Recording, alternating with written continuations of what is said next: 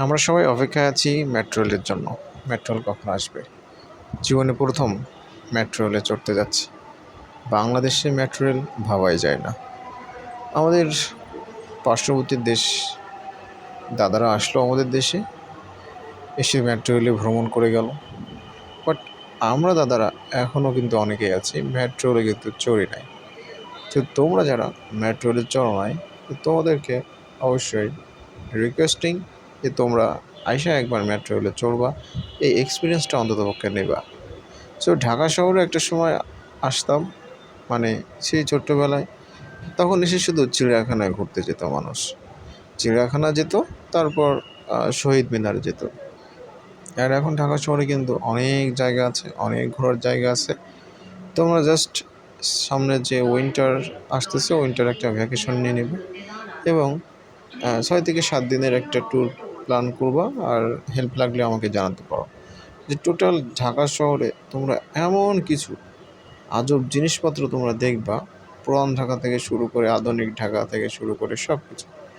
আর এর মাঝে তোমরা ঘুরতে পারবা পুরো ঢাকার এই প্রান্ত থেকে ও প্রান্ত।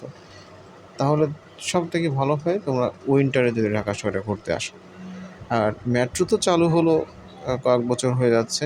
তো এটা হচ্ছে আমার ফার্স্ট মেট্রো জার্নি তোমাদের সাথে নিয়ে। এর আগে মেট্রো জার্নি করেছি, তখন ব্লগ করা হয়নি, তখন অ্যাকচুয়ালি কাজে ছিলাম। আর কাজে আসলে তো এসব ব্লগ ট্লগ ভালো লাগে না করতে, ব্যস্ত থাকা হয়। তো আমরা আছি এখন মিরপুরে। মিরপুর পল্লবী থেকে আমরা রওনা দিয়েছি, এখন আছি আমার মনে হয় মিরপুর 11। আর তোমরা যারা মেট্রো রেলে আসবা, চড়বা, মেট্রো রেলে তোমাদের ফার্স্ট যে এক্সপিরিয়েন্সটা হবে, এটা তোমরা আমাদেরকে লিখতে পারো, জানাতে পারো এবং তোমার ব্লগটা শেয়ার করতে পারো। এবং তুমি এসে আমার এই ভিডিওতে কমেন্ট করে যাবা, যাতে তোমার ভিডিওটা আমরা দেখতে পাই। মেট্রো রেলে বেশ কিছু বিষয় আছে, বিষয়গুলো খুব ভালো লাগে।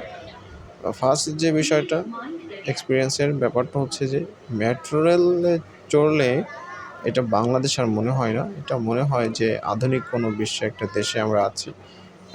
মিডল ইস্টে বলো বা আমেরিকা বলো বা ইউরোপ বলো, এই ধরনের কোনো দেশে আমরা আছি, এরকম একটা ভাব থাকে। এবং এখানে যত পিপল হচ্ছে তোমার ট্রাভেল করে, তুমি সবার মধ্যে একটা কাইন্ডনেস, পলাইটনেস, হাম্বলনেস, এই ধরনের বিষয়গুলো দেখতে পাবো আর কি। নর্মালি কিন্তু এই বিষয়গুলো কিন্তু হয় না ঢাকা শহরে।